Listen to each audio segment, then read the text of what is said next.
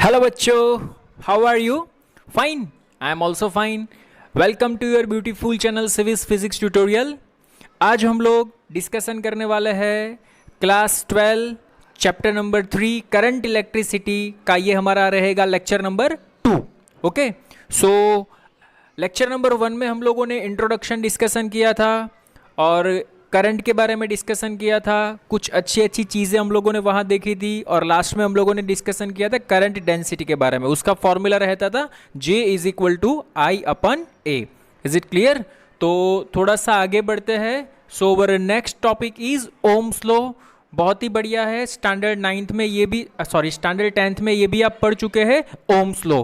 ठीक है, आइए देखो यहाँ पे ओम्स ने क्या बताया था। सपोज कोई हमारे पास कंडक्टर है। सपोज कौन है हमारे पास? कंडक्टर। ओके, तो कंडक्टर की प्रॉपर्टी क्या रहती है ये पहले जान लो, समझो। यहाँ पे सपोज हमारे पास कोई एक कंडक्टर है। ये चीज हमारे माइंड में रहनी चाहिए। कंडक्टर में क्या होता है? There are so many free electrons. बहुत सारे फ्री इलेक्ट्रॉन्स रहते हैं, बहुत सारे फ्री इलेक्ट्रॉन्स। कंडक्टर के अंदर 10⁻28 free electrons per metre cube, means के 1 मीटर क्यूब वॉल्यूम में 10⁻28 फ्री इलेक्ट्रॉन्स रहते हैं। ठीक है, और ये free electrons at room temperature में बात करता हूं 27 डिग्री। ये कंडक्टर के अंदर ये जो होते हैं इलेक्ट्रॉन्स, वो ऐसे रैंडम रैपिड मोशन करते हैं। रैंडम रैपिड मोशन, कौन सी मोशन? रैंडम रैपिड मोशन करते हैं। बट आप इसकी एवरेज वेलोसिटी निकालोगे तो वो तो जीरो ही रहती है जब तक हम एक्सटर्नल फील्ड प्रोवाइड न करें तब तक।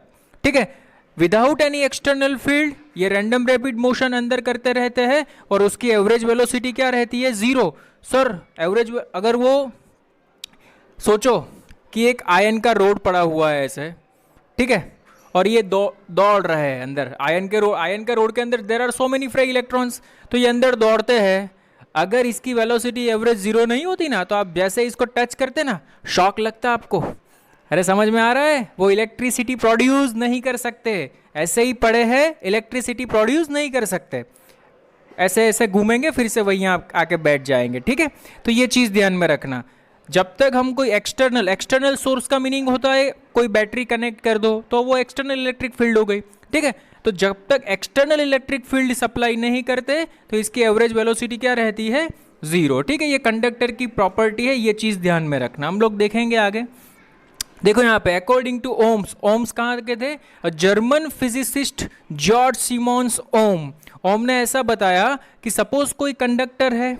देखो यहाँ पे दिस वन, सपोज हमारे पास कोई कंडक्टर है, ठीक है, और ये कंडक्टर के साथ मैंने कोई बैटरी कनेक्ट कर दी। ये रही बैटरी। ओके, और ये बैटरी का पोटेंशियल डिफरेंस V है। इसका मीनिंग समझना पोटेंशियल डिफरेंस का।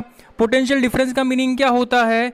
यहाँ पे पोटेंशियल V होगा और यहाँ पे पोटेंशियल जीरो होगा। पोटेंशियल डिफरेंस V होना चाहिए, पोटेंशियल V नहीं, पोटेंशियल डिफरेंस V होना चाहिए। ठीक है, और ये पोटेंशियल को मैं इंक्रीज डिक्रीज कर सकता हूं। तो उसने ऐसा बोला कि दिस अप्लाइड पोटेंशियल। ठीक है, देखो जब तक मैंने बैटरी कनेक्ट नहीं की थी तो there are so many free electrons, ये अंदर घूमते थे और रेस्ट पे आ जाते थे। ठीक है, लेकिन जैसे ही मैंने इसको बैटरी से कनेक्ट किया, ठीक है, बैटरी से कनेक्ट किया तो क्या हुआ? यहाँ पे पोटेंशियल बन गया V और यहाँ पे पोटेंशियल बन गया जीरो। ठीक है, तो क्या हुआ? एक एक्सटर्नल इलेक्ट्रिक फील्ड अंदर जनरेट हो गई। अरे बच्चा, बैटरी कनेक्ट करोगे तो यहाँ पे पॉजिटिव चार्ज, यहाँ पे नेगेटिव चार्ज, ये पोटेंशियल डिफरेंस बोलते हैं ना इसको। तो यहाँ पे पॉजिटिव चार्ज एक्यूमुलेटेड हो जाएंगे। ठीक है, यहाँ पे नेगेटिव चार्ज एक्यूमुलेटेड हो जाएंगे। तो ये पॉजिटिव नेगेटिव को अट्रैक्ट करेगा, तो यहाँ पे नेगेटिव, और ये नेगेटिव पॉजिटिव को अट्रैक्ट करेगा, तो यहाँ पॉजिटिव चार्ज एक्यूमुलेटेड हो जाएंगे। ठीक है, तो इसकी वजह से क्या हुआ? अंदर की साइड देखो, this one is our external electric field, और अंदर की साइड एक इंड्यूस्ड इलेक्ट्रिक फील्ड जनरेट हो जाएगी। एक्सटर्नल किस डायरेक्शन में? This one is external electric field. ये कौन सी है? Induced inside the conductor. But net electric field inside the conductor, net electric field क्या हो जाएगी? जीरो, बिकॉज जितनी आउटसाइड होगी कंडक्टर के अंदर उतनी ही इंड्यूस्ड होगी। जैसे ये हटा लिया फिर से इलेक्ट्रॉन रेस्ट पे आ जाएंगे। समझ में आ रहा है? ये हम लोगों ने डिस्कस किया था पोटेंशियल में चैप्टर नंबर 2 में, याद है आपको? याद आया कुछ? कंडक्टर और डाइलेक्ट्रिक डाल के डिस्कशन किया था। कंडक्टर में क्या होता था, external net electric field zero बन जाती थी, जितना एक्सटर्नल उतना ही इंड्यूस्ड होता था, net electric field zero. But जब डाइलेक्ट्रिक हम डालते थे तो क्या होता था, इंड्यूस्ड इलेक्ट्रिक फील्ड थोड़ी सी एक्सटर्नल से कम थी, तो हमें मिलता था E net is equal to E naught minus E induced. ठीक है, तो यहाँ पे ऐसा नहीं होता, यहाँ पे नेट इलेक्ट्रिक फील्ड क्या बन जाती है, जीरो बन जाती है। ठीक है, ये चीज़ ध्यान में रखना। तो ओम्स ने क्या बोला, देखो according to Ohm's law, Ohm's ने ये बताया कि the current flowing through the conductor is, इसमें से जो करंट फ्लो करेगा, देखो कल मैंने बताया था current flow due two electron करता है, बट हम उसकी डायरेक्शन लेते हैं इलेक्ट्रॉन की डायरेक्शन से अपोजिट।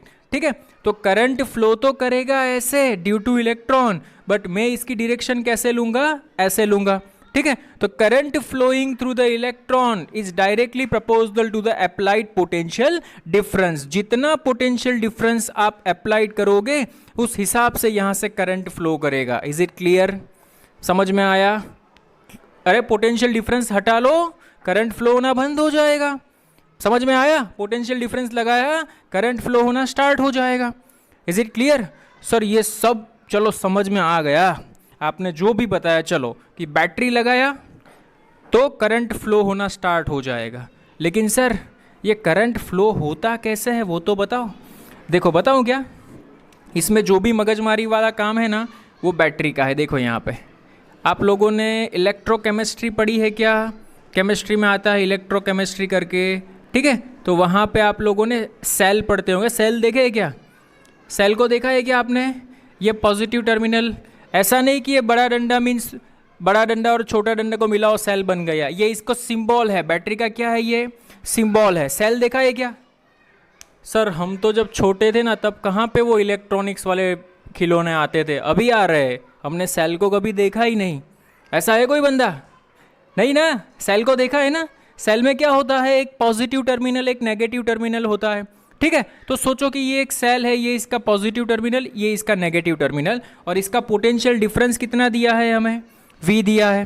ठीक है, अभी ध्यान से समझना, बैटरी को हम क्या बोलते हैं पता है, सोर्स ऑफ एनर्जी।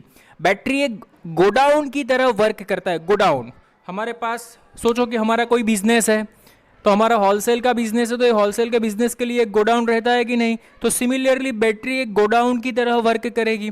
ठीक है, और इलेक्ट्रॉन है ना, इलेक्ट्रॉन वो एक ट्रक की तरह वर्क करेगा, ट्रांसपोर्ट करेगा। इलेक्ट्रॉन क्या है, एनर्जी को ट्रांसपोर्ट करेगा। देखो यहाँ पे क्या होता है एक्चुअल में, यहाँ पे तो बहुत सारे फ्री इलेक्ट्रॉन्स रहते हैं इनसाइड द कंडक्टर। जब तक मैंने बैटरी को जॉइंट नहीं किया था तब भी यहाँ पे तो इलेक्ट्रॉन बहुत सारे थे ना।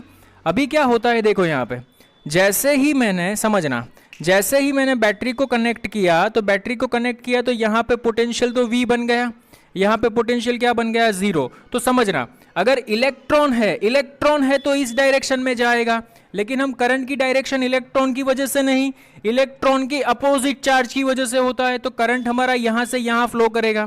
समझ में आ रहा है? सोचो यहाँ से एक चार्ज यहाँ से यहाँ पहुंचा, यहाँ से यहाँ पहुंचा, और फिर से वो जब यहाँ पे पहुंचेगा तो उसकी एनर्जी खत्म हो जाएगी।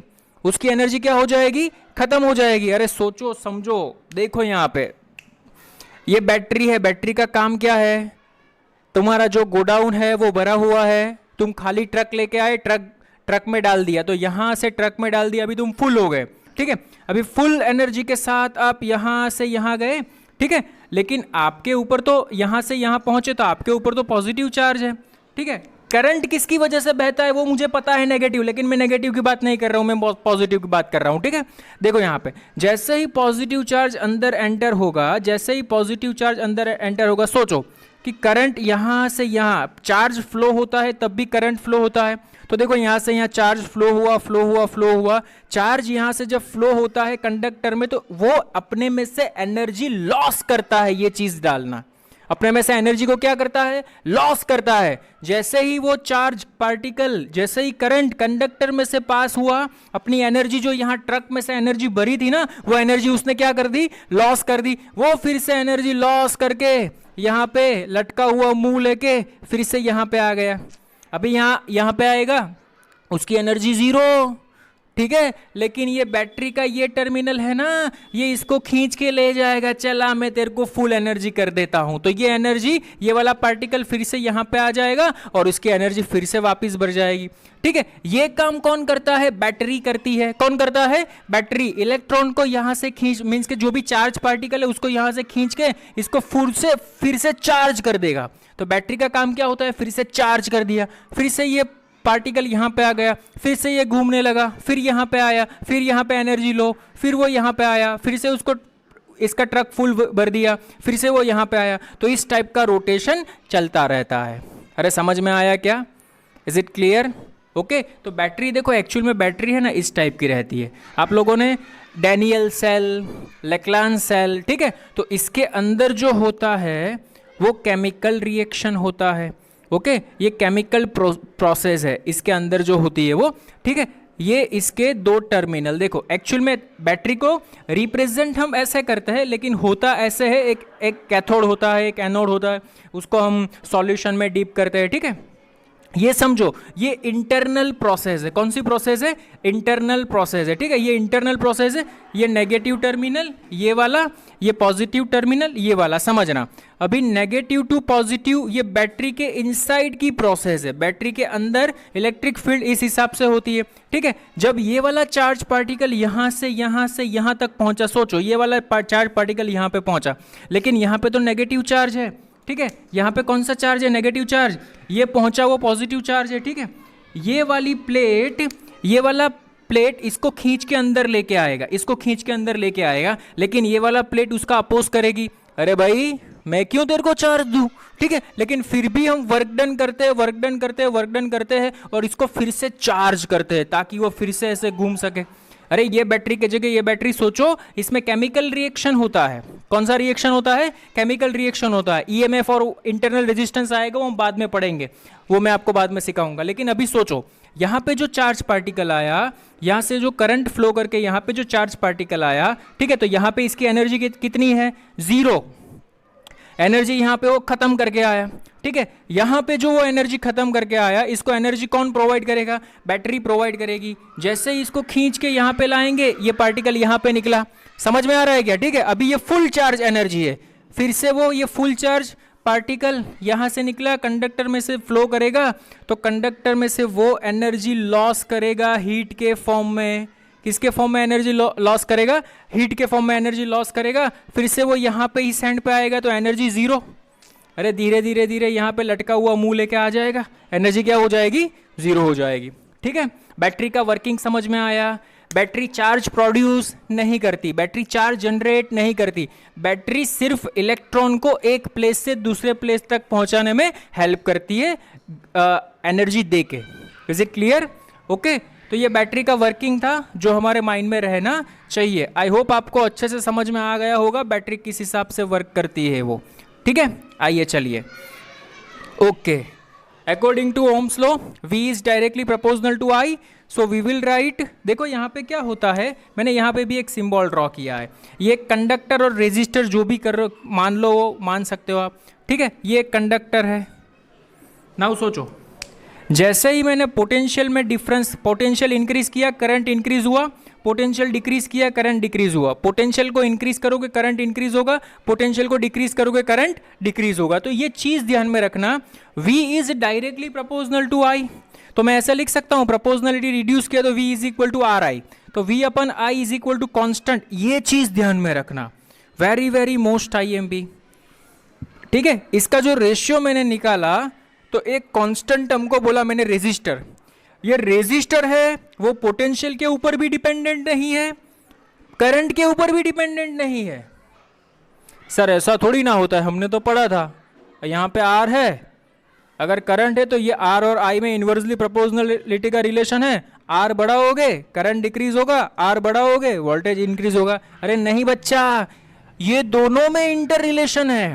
पोटेंशियल बड़ा होगे करंट भी बढ़ेगा, पोटेंशियल घटाओगे करंट भी घटेगा। इसका मीनिंग क्या होता है कि ये रेशियो कांस्टेंट रहता है।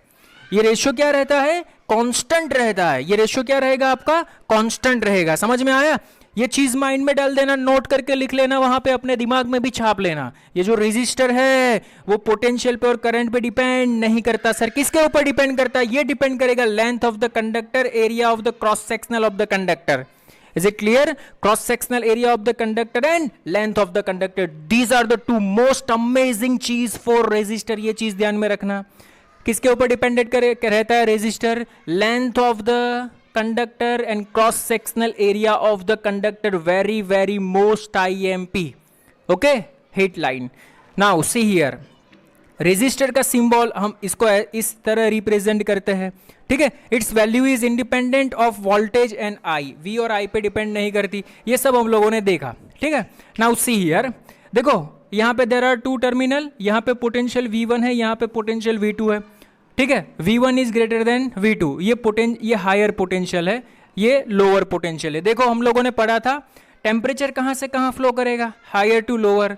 करंट कहाँ से कहाँ फ्लो करेगा, higher potential to lower potential. तो देखो यहाँ से यहाँ करंट फ्लो करेगा, तो मैं इसको ऐसे लिख सकता हूँ V1 potential difference, this one is potential difference, V1 minus V2 is equal to IR। अरे according to this law potential difference is equal to IR, potential difference V1 minus V2 is equal to IR।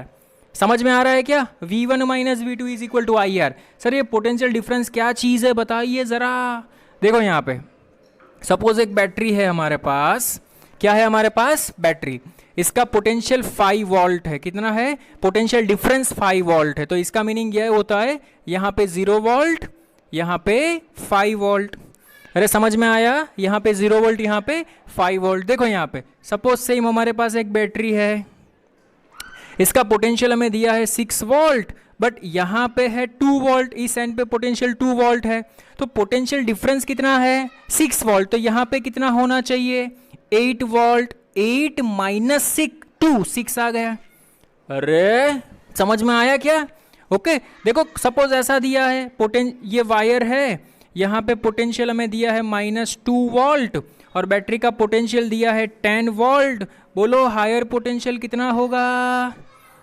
Higher potential कितना होगा? तो we have a formula potential difference, इसको V1 मान लो, V1 minus इसको V2 मान लो, -2 is equal to 10।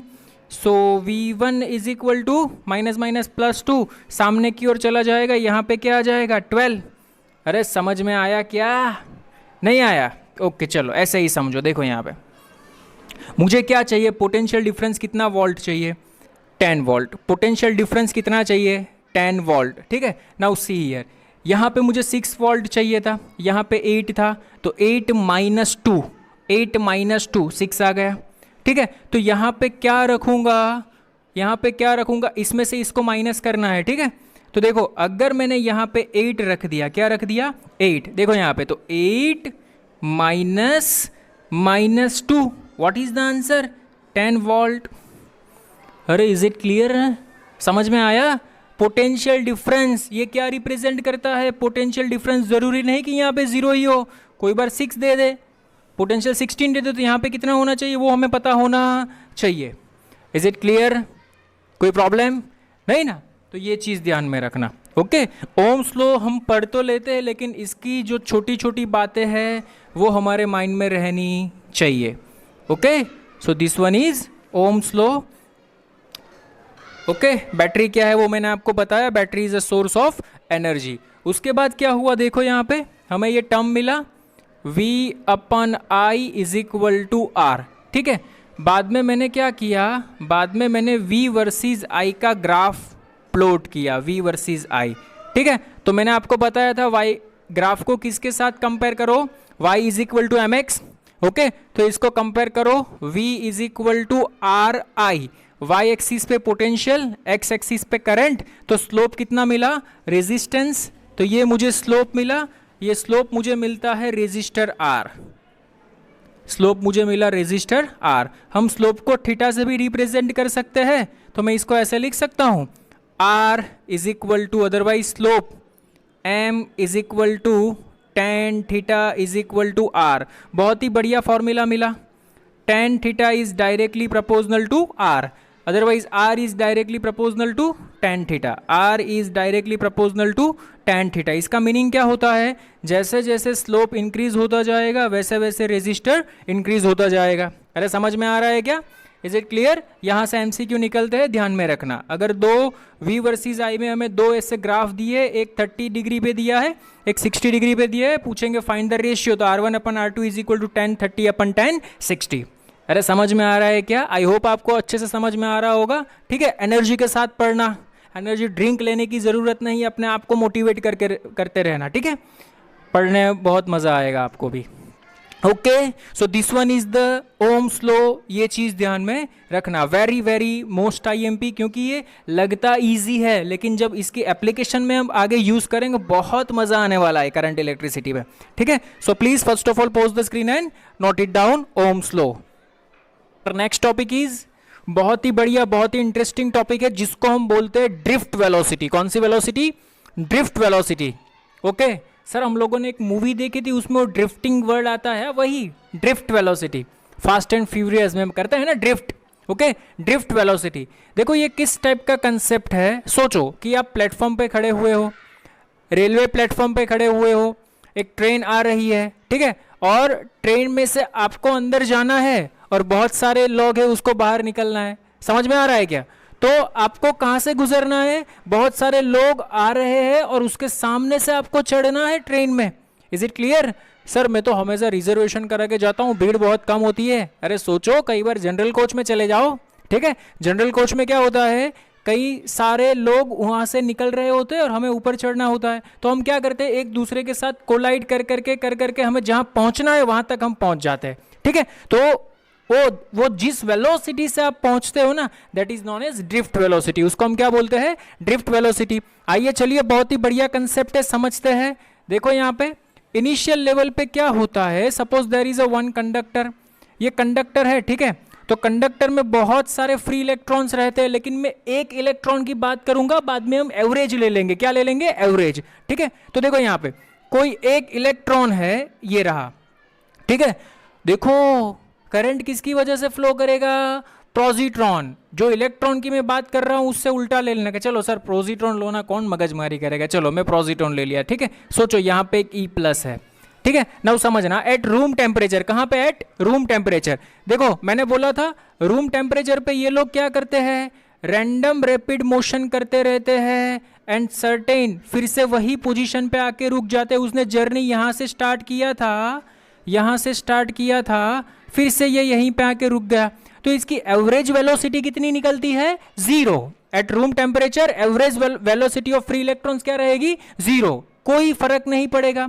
समझ में आ रहा है? लेकिन क्या हुआ, देखो यहाँ पे कंडक्टर के इनसाइड तो बहुत सारे फ्री इलेक्ट्रॉन्स रहते हैं। मैंने आपको बताया कितने सारे फ्री इलेक्ट्रॉन्स रहते हैं, up to 10⁻28 free electrons per metre cube. Is it clear? Now क्या होता है, देखो मैंने इसके साथ एक बैटरी कनेक्ट कर दी, बैटरी कनेक्ट कर दी, इसका मीनिंग क्या हुआ, इस डायरेक्शन में एक एक्सटर्नल इलेक्ट्रिक फील्ड आ गई, इस डायरेक्शन में क्या आ गया, एक एक्सटर्नल इलेक्ट्रिक फील्ड। नाउ सोचो, अभी ध्यान से समझना, कंडक्टर के अंदर तो सर बहुत सारे फ्री इलेक्ट्रॉन्स रहते हैं, बहुत सारे फ्री इलेक्ट्रॉन्स रहते हैं, बहुत सारे फ्री इलेक्ट्रॉन्स रहते हैं, बहुत सारे फ्री इलेक्ट्रॉन्स रहते हैं, बहुत सारे फ्री इलेक्ट्रॉन्स रहते हैं। तो जैसे ही मैंने एक्सटर्नल इलेक्ट्रिक फील्ड जनरेट की, क्या जनरेट किया, एक्सटर्नल इलेक्ट्रिक फील्ड अप्लाई की, तो क्या होगा, सोचो कि मैं यहाँ पे पॉजिटिव इलेक्ट्रॉन की वजह से मैंने मान लिया कि यहाँ पे ये सभी positive, current flow positive charge की वजह से होता है, मैंने ये एज्यूम कर लिया यहाँ पे सब ये E+ है, तो क्या होगा, सोचो ये सभी charge in the direction of electric field accelerate हो जाएंगे। अरे ये सभी charge in the direction of electric field accelerate हो जाएंगे। अरे समझ में आ रहा है कि नहीं? मैं फ्री इलेक्ट्रॉन्स ऐसे ही पढ़ा था, लेकिन किसी ने आके एक्सटर्नल फोर्स दे दिया तो मैं वो डायरेक्शन में चल पड़ूंगा कि या नहीं? अगर पॉजिटिव हूँ तो इन the direction of the field, अगर मेरे ऊपर नेगेटिव चार्ज है तो opposite direction of the field. ठीक है, तो क्या होता है पता है, ये जो इलेक्ट्रॉन होता है वो in the direction of the field आगे एक्सेलरेट होने लगता है। किस तरह एक्सेलरेट होता है? तो by using this formula, we have a formula, force F is equal to Q into E, force F is equal to Q into E. ठीक है, but F is equal to mass into acceleration भी होता है। हर एक particle का मास हम m assume करते हैं, हर एक चार्ज पार्टिकल का मास क्या एज्यूम करते हैं, m। देखो एक्चुअल में मैं बात कर रहा हूं यहाँ पे इलेक्ट्रॉन की, किसकी बात कर रहा हूं, इलेक्ट्रॉन की। आपको समझ में आए इसलिए मैंने यहाँ पे पॉजिट्रॉन लिया है, ठीक है। अगर यहाँ पे इलेक्ट्रॉन होता, सोचो सोचो सोचो सोचो, अगर यहाँ पे इलेक्ट्रॉन होता, अगर यहाँ पे सोचो इलेक्ट्रॉन होता तो क्या होता पता है, इलेक्ट्रॉन होता तो इलेक्ट्रॉन इस डायरेक्शन में एक्सेलरेटेड हो जाता, opposite direction to the electric field. Okay, now see here, देखो यहाँ पे तो बहुत सारे फ्री इलेक्ट्रॉन से ये रहे, बहुत सारे फ्री इलेक्ट्रॉन से, बहुत सारे फ्री इलेक्ट्रॉन से, बहुत सारे फ्री इलेक्ट्रॉन से यहाँ पे, ठीक है। तो ये तो एक्सेलरेट होंगे ही होंगे, लेकिन ड्यू टू बैटरी हमने जो लगाया है ना, तो सोचो कि यहाँ पे कोई एक इलेक्ट्रॉन है, बैटरी लगाया तो बैटरी के यहाँ पे नेगेटिव, देखो ये बैटरी लगाया हमने, ये बैटरी लगाया, ठीक है, ये बैटरी का पॉजिटिव टर्मिनल, ये नेगेटिव टर्मिनल। तो नेगेटिव टर्मिनल तो यहाँ पे कोई एक इलेक्ट्रॉन आया, यहाँ से इलेक्ट्रॉन आया, ये इलेक्ट्रॉन को यहाँ से कहाँ पे पहुँचना है, यहाँ तक पहुँचना है, ठीक है। तो ये इलेक्ट्रॉन, समझना यहाँ पे, ये इलेक्ट्रॉन कोलाइड करते करते, सर समझ में नहीं आ रहा क्या हो रहा है, अरे बच्चा समझो, इलेक्ट्रॉन की डायरेक्शन कौन सी डायरेक्शन में होगी, opposite direction to the electric field.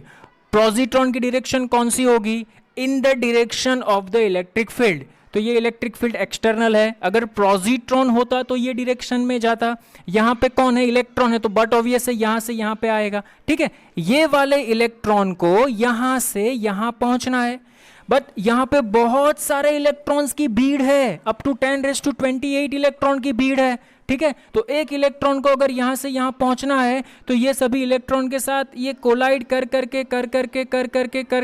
करके फिर से यहाँ पहुँचेगा। मीन्स ये क्या कर रहा है, ड्रिफ्ट कर रहा है। देखो बहुत सारी भीड़ है और भीड़ से मुझे यहाँ से वहाँ जाना है, तो मैं ऐसे ऐसे ऐसे ऐसे ऐसे, ऐसे कोलाइड करके आगे बढ़ूंगा, समझ में आ रहा है। तो ये कोलाइड करके आगे आगे बढ़ते हो ना, ठीक है, इसको हम बोलते हैं ड्रिफ्ट, इसको हम क्या बोलते हैं, ड्रिफ्ट। नाउ सी हियर, एक बहुत ही बढ़िया सा कंसेप्ट है, देखो यहाँ पे मैं आपको बताता हूँ, समझो। यहाँ पे सपोज इनिशियल लेवल पे इलेक्ट्रॉन, इनिशियल लेवल पे इलेक्ट्रॉन यहाँ पे था, ये रहा हमारा इलेक्ट्रॉन इनिशियल लेवल पे इसकी U 0 थी, रेस्ट में था 0 थी यार, ओके। अभी क्या हुआ, सोचो कि यहाँ से यहाँ तक पहुँचा दूसरा पार्टिकल, जो दूसरे के साथ वो कोलाइड कर रहा है, ये रहा दूसरा पार्टिकल, यहाँ पे ये कोलाइड कर रहा है, ठीक है। तो इनिशियली यहाँ पे दूसरा पार्टिकल है, दूसरा इलेक्ट्रॉन है, तो ये इसके साथ जब कोलाइड करेगा, ये वाला इलेक्ट्रॉन यहाँ इसके साथ कोलाइड करेगा, तो कोलिजन के बीच में देखो यहाँ पे कुछ पाथ है, पाथ, इसको हम बोलते हैं मीन फ्री पाथ। क्या बोलते हैं, मीन फ्री पाथ। अरे देखो यहाँ पे ये एक इलेक्ट्रॉन, ये दूसरा इलेक्ट्रॉन, तो कोलाइड करेगा, ऐसे कोलाइड करेगा तो बीच में कुछ पाथ बचता है ना, उसको हम बोलते हैं मीन फ्री पाथ। और देखो यहाँ पे ये जब इलेक्ट्रॉन एक दूसरे के साथ कोलाइड करते हैं, कोलाइड, ठीक है, तो कोलाइड करते हैं तो बीच में थोड़ा सा टाइम इंटरवल रहता है, उसको हम बोलते हैं रिलैक्सेशन टाइम, रिलैक्सेशन टाइम, उसको हम क्या बोलते हैं, रिलैक्सेशन टाइम। अरे ऐसा थोड़ी नहीं कि एक बार कोलाइड किया तो चिपक गया, कोलाइड किया फिर से थोड़ी देर के लिए दूर हो जाएगा, ऐसे ऐसे ऐसे कोलाइड करते करते आ गए, ठीक है। तो रिलैक्सेशन टाइम किसको बोलेंगे, the collision, during the collision थोड़ा सा वो दोनों पार्टिकल के बीच में थोड़ा सा टाइम बचता है, उसको हम बोलते हैं रिलैक्सेशन टाइम, उसको हम क्या बोलते हैं, रिलैक्सेशन टाइम। समझ में आ रहा है यार, तुम बहुत सारी भीड़ लगी हुई है, यहाँ पे आप खड़े हो, ठीक है, आपको यहाँ से वहाँ पहुँचना है, तो आप एक के साथ टकराए, ऐसा थोड़ी ना कि सबके साथ टकरा के आगे चले, एक के साथ टकराओगे और दूसरे के साथ टकराओगे तो बीच में थोड़ा सा टाइम इंटरवल रहेगा, ठीक है। तो उसको हम क्या बोलते हैं, रिलैक्सेशन टाइम, और उसको हम डिफाइन करते हैं टाउ से। किससे डिफाइन करते हैं, टाउ, ताऊ नहीं, ताऊ जी नहीं, टाउ, टाउ, ये वाला टाउ, इससे डिफाइन करते हैं, इसको हम बोलते हैं रिलैक्सेशन टाइम, ठीक है। बट इनिशियल में जब इलेक्ट्रिक फील्ड अप्लाई नहीं किया था तब वेलोसिटी कितनी थी उसकी, 0, एवरेज वेलोसिटी, एक की बात करो सबका एवरेज निकालो, कितना निकलता था, 0। नाउ सी हियर, बस ये चीजें माइंड में डाल दो। देखो यहाँ पे अभी क्या होता है, now this one is a conductor, initial average velocity मुझे मिल गई 0, okay. There is no net flow of charge in any direction, अभी तक कोई फ्लो नहीं था। नाउ सी हियर, व्हेन मैं एक्सटर्नल इलेक्ट्रिक फील्ड अप्लाई करूंगा, in the presence of external electric field each electrons experience a force, कितना force, F is equal to minus E into E. Sir positron होता तो plus आता, हाँ plus आता, हम electron की बात कर रहे हैं तो minus E into E, opposite to the direction of the electric field, वो opposite to the direction of the electric field experience करेगा। ठीक है, अभी क्या होता है कि ये जो इलेक्ट्रॉन है वो एक्सेलरेट होना स्टार्ट कर देंगे opposite to the electric field. ठीक है, और एक दूसरे के साथ कोलाइड कर करके एक्सेलरेट करके यहाँ पे इलेक्ट्रॉन पहुंचेगा। ठीक है, तो यहाँ पे देखो, between two successive collision and electron gains a velocity. जैसे ही देखो यहाँ पे कैसे गेन करेगा, बिकॉज इलेक्ट्रॉन को क्या करता है, रिपल करता है। जैसे ये इसके साथ नजदीक जाके टकराएगा तो जोर से वो दूर जाएगा, नजदीक जाके टकराएगा जोर से वो दूर जाएगा। समझ में आ रहा है? जैसे वो इसके साथ टकराएगा तो क्या होगा, अरे उसकी स्पीड क्या होगी, गेन होगी। ठीक है, किस डायरेक्शन में गेन होगी, opposite to the electric field. Okay, now if an electron having random thermal velocity, सोचो कि इनिशियली इलेक्ट्रॉन के पास रैंडम थर्मल वेलोसिटी थी जिसकी वैल्यू हमारे पास क्या मिलती थी, ये रही 0 मिलती थी। ओके, नाउ देखो मैं हर एक इलेक्ट्रॉन की बात कर रहा हूं। After applying the electric field, एक इलेक्ट्रॉन की velocity v1 is equal to u1 plus alpha t1, ये τ1 रिलैक्सेशन टाइम है। Similarly v2 is equal to u2 plus a t2, ये एक्सेलरेशन है। v3 is equal to u2 plus a t3, v4 is equal to u4 plus a t4। Okay, तो similarly we will write after collision average velocity of the particle, this one is known as drift velocity. ठीक है, तो ये average कितने के साथ collide कर करके यहाँ पे पहुंचा, एवरेज लेना है तो v1 plus v2 plus v3 up to so on vn upon n। ठीक है, बट सी हियर u1 तो 0 है, तो similarly u2 0, u3 0, u4 0, each particle की इनिशियल वेलोसिटी क्या होगी, 0 बचेगी only final. So we will write alpha τ1 plus alpha τ2 plus alpha τ3, सभी में से मैंने अल्फा कॉमन निकाल लिया। So alpha is equal to what, τ1 plus τ2 plus τ3 up to so on τn। ठीक है, तो इसको हम बोलते हैं एवरेज रिलैक्सेशन टाइम τ। इसको हम क्या बोलेंगे, इसको हम बोलेंगे एवरेज रिलैक्सेशन टाइम τ। ठीक है, तो क्या फॉर्मूला बना, vd is equal to acceleration into τ। Acceleration का फॉर्मूला ये रहा हमारे पास, माइनस ई अपॉन एम, रख दो यहाँ पे। E means charge of electron, E means electric field और मास ऑफ इलेक्ट्रॉन, तो यहाँ पे रख दो mass of the charge particle. ठीक है, तो यहाँ पे जो ये वेलोसिटी मिली, this one is known as drift velocity, this one is known as drift velocity. अरे ड्रिफ्ट वेलोसिटी समझ में आया क्या? ठीक है, in simple and sober train वाला एक एग्जांपल याद रखो। ट्रेन में से बहुत सारी भीड़ निकल रही है और आप में इसको चढ़ना है, अदरवाइज उल्टा भी याद रख सकते हो, ट्रेन में से बहुत सारी भीड़ निकल रही है और आप में उसको निकलना है, जरूरी नहीं। हाँ सोचो, यहाँ पे अगर पॉजिटिव पॉजिट्रॉन भी है और पॉजिट्रॉन के अपोजिट आपको यहाँ से यहाँ पहुँचना है, ठीक है, तब भी आपको ड्रिफ्ट करके जाना पड़ेगा। ड्रिफ्ट का मीनिंग क्या होता है, स्ट्रगल, सर्वाइव। आपको वो चीज़ स्ट्रगल करके आगे बढ़ना है और वहाँ तक पहुँचना है, और वहाँ तक पहुँचने के लिए जो वेलोसिटी चाहिए उसको हम क्या बोलेंगे, ड्रिफ्ट वेलोसिटी। क्या बोलेंगे, ड्रिफ्ट वेलोसिटी। क्या बोलेंगे, drift velocity. Is it clear? समझ में आया क्या? आई होप आपको ड्रिफ्ट वेलोसिटी का कंसेप्ट समझ में आया होगा। ठीक है, देखो एक्चुअल में अगर मैं इसका डायग्राम ड्रॉ करने जाऊं तो पहले पोज करके ये लिख लेना, इसको मैं यहाँ से हटाने जा रहा हूँ, ये मैंने इसको यहाँ से हटा दिया। ठीक है, देखो यहाँ पे मैं बात करूँ, कोई एक पार्टिकल है, ये रहा कोई एक पार्टिकल है, ये ऐसे चला, यहाँ से यहाँ रैंडम रैपिड मोशन कर रहा है, यहाँ से यहाँ गया, यहाँ से यहाँ गया, यहाँ से यहाँ गया, यहाँ से यहाँ गया। ठीक है, ये पाथ को उसने फॉलो किया इनिशियली, ये पाथ को उसने फॉलो किया initially. This one is position A, this one is position B. अभी क्या हुआ, देखो यहाँ पे सोचो कि एक्सटर्नल इलेक्ट्रिक फील्ड इस डायरेक्शन में है।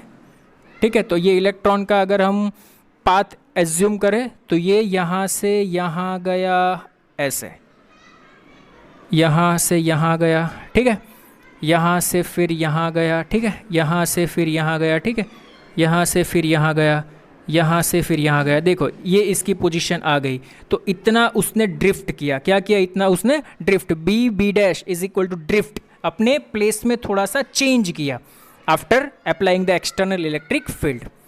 समझ में आया क्या? ओके, तो इसको हम बोलते हैं ड्रिफ्ट। इनिशियल पोजीशन ये थी, after applying the electric field इसकी पोजीशन में ये चेंज आया बी से B dash. Okay, I hope आपको अच्छे से समझ में आया होगा। Drift velocity very very most IMP चीज ध्यान में रखना। Okay, pause the screen and note it down. Drift velocity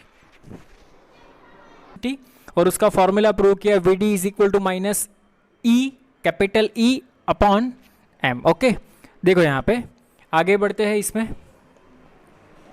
relation between current and drift velocity, current and drift velocity के बीच का रिलेशन क्या है उसका डिस्कशन करते हैं। देखो यहाँ पे सपोज ये कोई कंडक्टर है, कंडक्टर के साथ मैंने ये एक बैटरी को कनेक्ट किया, ठीक है। तो कंडक्टर के साथ बैटरी को कनेक्ट करेंगे तो क्या होगा, ये जो अंदर फ्री इलेक्ट्रॉन्स रहते हैं ये सभी है वो क्या है, फ्री इलेक्ट्रॉन्स है।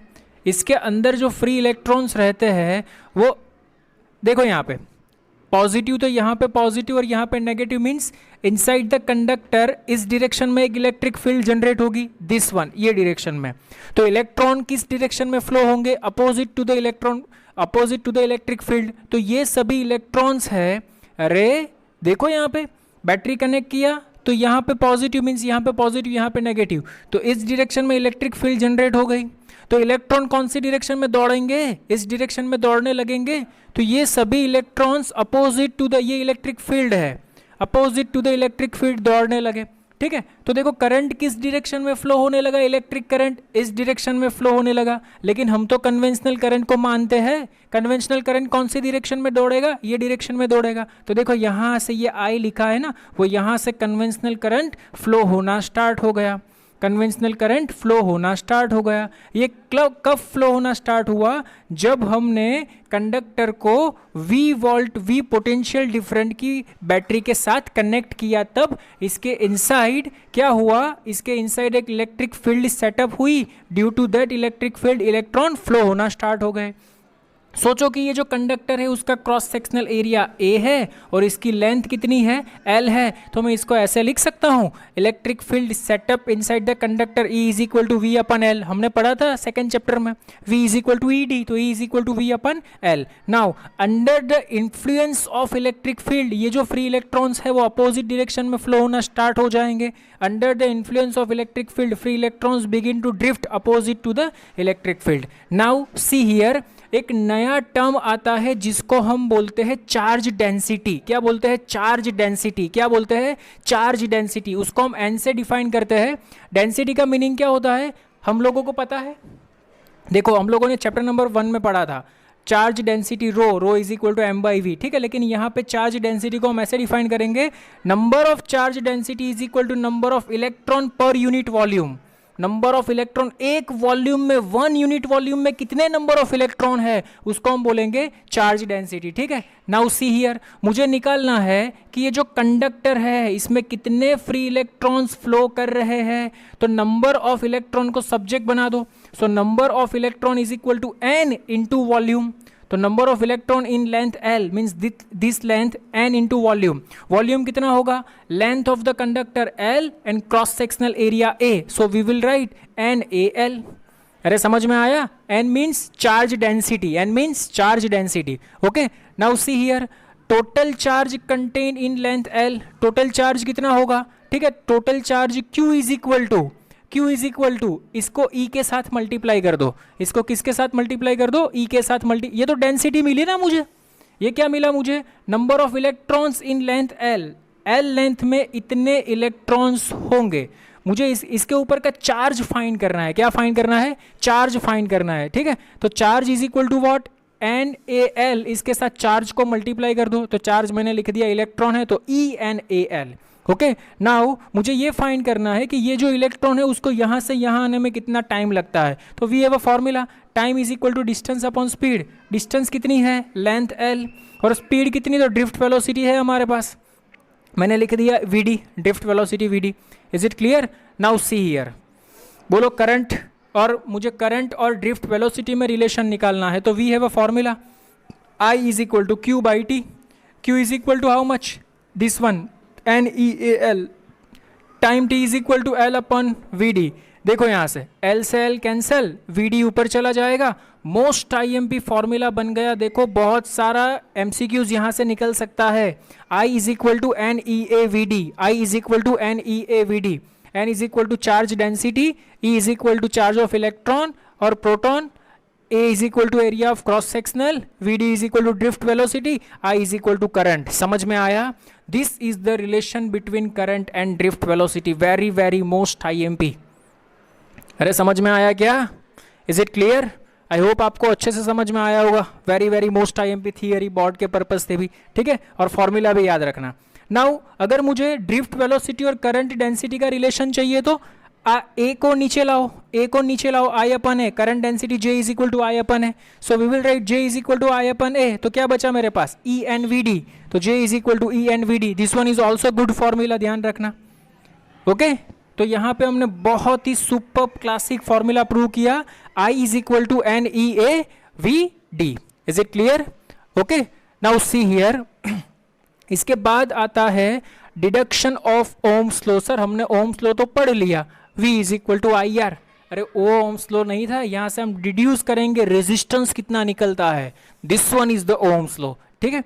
आइए चलिए देखो यहाँ पे कंडक्टर में ड्रिफ्ट वेलोसिटी कितनी होती है वो हमने पढ़ी, VD is equal to E tau upon M। Sir negative sign क्यों नहीं लिखा? नहीं लिखा, वो सिर्फ डायरेक्शन डिफाइन करता है इसलिए।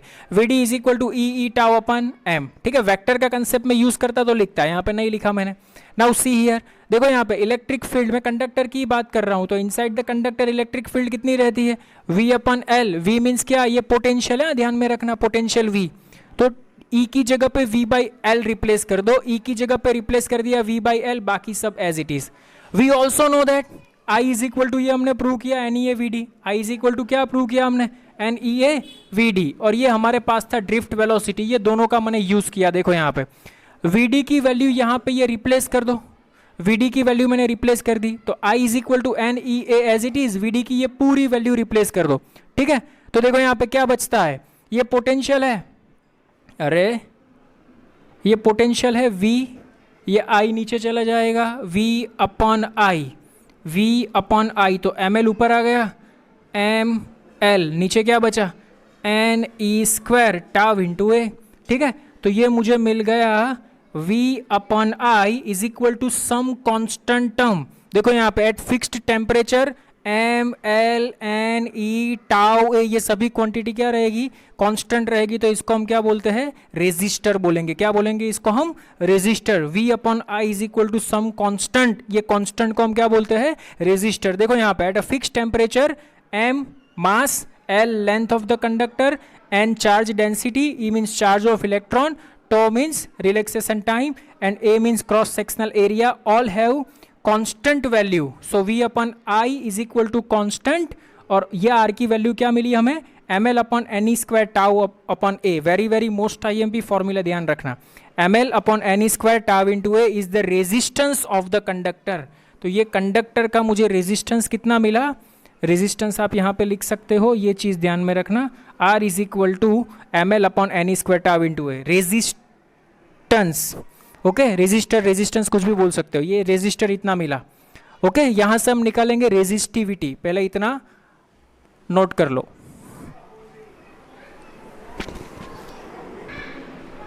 ओके देखो यहाँ पे हमने प्रूव किया R is equal to ML upon NE square tau into A, ठीक है। तो यहाँ पे मैंने वही टर्म फिर से रिपीट किया। नाउ सी हियर, हमारे पास एक फॉर्मूला है, हम आगे भी पढ़ेंगे, लेकिन उसकी सिर्फ मैं यहाँ पे एक डिस्क्रिप्शन आपको दे रहा हूँ। 10th में भी आप पढ़ चुके हो, R is equal to rho L by A, resistor is equal to rho L by A. ये रो को हम बोलते हैं रेजिस्टिविटी। क्या बोलते हैं? रेजिस्टिविटी। क्या बोलते हैं? रेजिस्टिविटी, ठीक है। तो R is equal to L by A, और बाकी का जो कॉन्स्टेंट, अरे रेजिस्टर किसको बोलेंगे? Resistor is directly proportional to the length of the conductor, inversely proportional to the area of the cross sectional of the conductor, ठीक है। तो इसको अगर मैंने इसके साथ कंपेयर किया तो रो की वैल्यू मुझे मिलती है M upon NE square tau. Rho की वैल्यू क्या मिलती है? ये रो की वैल्यू मुझे मिलती है M upon NE square into tau. इसको हम बोलते हैं रेजिस्टिविटी। मोस्ट IMP फॉर्मूला ध्यान में रखना, आपको पूछा है रेजिस्टेंस नहीं, रेजिस्टिविटी फाइंड करो। तो रेजिस्टिविटी के लिए कई बार है ना, यहां से आपको नहीं मिलेगा, ये फॉर्मूला यूज करना पड़ेगा, m/n² into tau. Is it clear? समझ में आ रहा है क्या?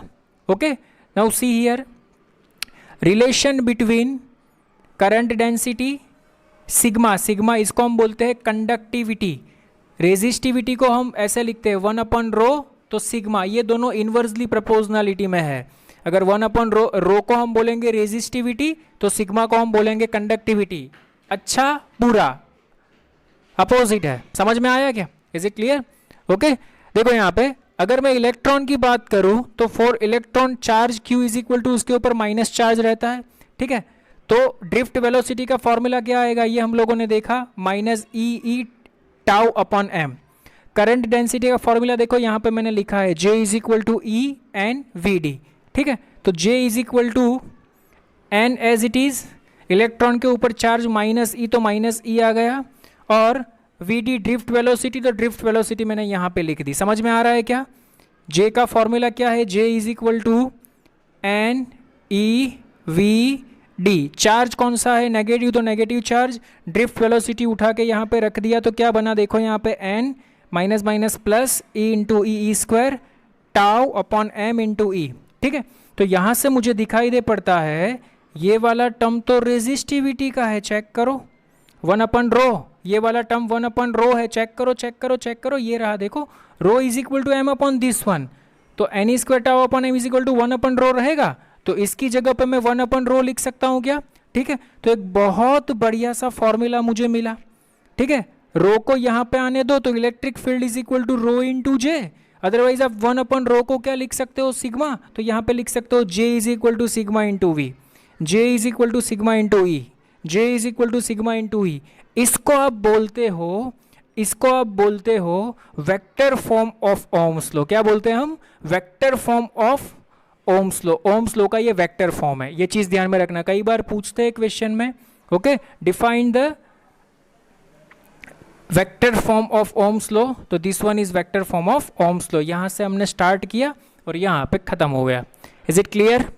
समझ में आया क्या? ठीक है, तो आज बहुत अच्छे अच्छे फॉर्मूलाज हम लोगों ने डिराइव करके देखे, और ये सभी फॉर्मूलाज एग्जाम्पल में भी काम आएंगे, वेरी वेरी मोस्ट IMP, ये चीज़ ध्यान में रखना। ओके, और एक चीज़ ड्रिफ्ट वेलोसिटी में ध्यान रखना, समझना, ड्रिफ्ट वेलोसिटी में ध्यान रखना। देखो ड्रिफ्ट वेलोसिटी का फॉर्मूला हमारे पास क्या आता है, VD is equal to magnitude लिखता हूँ E टाउ अपॉन m, ठीक है। सोचो अगर कंडक्टर के इनसाइड आप टेम्परेचर इंक्रीज कर रहे हो, क्या इंक्रीज कर रहे हो, टेम्परेचर, तो टेम्परेचर जैसे ही आप इंक्रीज करोगे तो जो इलेक्ट्रॉन है उसके बीच का रिलैक्सेशन टाइम डिक्रीज होगा, वो फटाफट फटाफट फटाफट कोलाइड करने लगेंगे। अगर एकदम स्पीड में वो कोलाइड करने लगते हैं तो उसका रिलैक्सेशन टाइम क्या होता है, डिक्रीज होता है। तो टेम्परेचर में थोड़ा सा ध्यान रखना ड्रिफ्ट वेलोसिटी में, जैसे ही आप टेम्परेचर इंक्रीज करते हो तो टेम्परेचर इंक्रीज करने में क्या होता है, उसकी स्पीड इंक्रीज होती है। अरे सर कैसे स्पीड इंक्रीज होती है, तो हम लोगों ने एक फॉर्मूला देखा था ना, v is equal to √3kT upon m, तो velocity is directly proportional to temperature. Temperature बढ़ाओगे तो स्पीड बढ़ेगी, और स्पीड बढ़ेगी तो क्या होगा, कोलिजन टाइम डिक्रीज होगा, मींस रिलैक्सेशन टाइम डिक्रीज होगा, कोलिजन टाइम इंक्रीज होगा। समझ में आ रहा है? अरे सोचो कि आप फ्री इलेक्ट्रॉन हो, अभी धीरे धीरे धीरे ऐसे टकरा रहे हो, जो हमारे बीच में जो ऐसे क्या चल रहे हो, हम बोल रहे हैं कि फाइट चल रही है, वो धीरे धीरे चल रही है, ठीक है। लेकिन जब कोई बाहर से आपका टेम्परेचर इंक्रीज करे, सर टेम्परेचर हमारा कैसे इंक्रीज करता है, अरे मोटिवेट करे, ये क्या मार रहे हैं, जोर से मार, और जोर से मार, और जोर से मार। तो अगर आपको कोई मोटिवेट कर रहा है, मोटिवेशन का मीनिंग है टेम्परेचर बढ़ा रहा है, अगर आपको कोई टेम्परेचर बढ़ा रहा है तो क्या होगा, आपका जो मारने में स्पीड है वो इंक्रीज होगा कि नहीं। अरे समझ में आ रहा है? तो टेम्परेचर इंक्रीज होने से क्या होता है, रिलैक्सेशन टाइम कम होता है और स्पीड इंक्रीज होती है। समझ में आ रहा है क्या? Is it clear? तो ये एक चीज़ MCQ के लिए इंपॉर्टेंट थी, तो मैंने आपको बता दी, ध्यान में रखना। ओके, तो आई होप आपको आज का वीडियो लेक्चर अच्छा रहा होगा और आपको सब समझ में आया होगा। ठीक है, वीडियो लेक्चर अच्छा लगा है, लाइक कीजिए, शेयर कीजिए, सब्सक्राइब कीजिए, पहले ये नोट कीजिए। Thank you so much.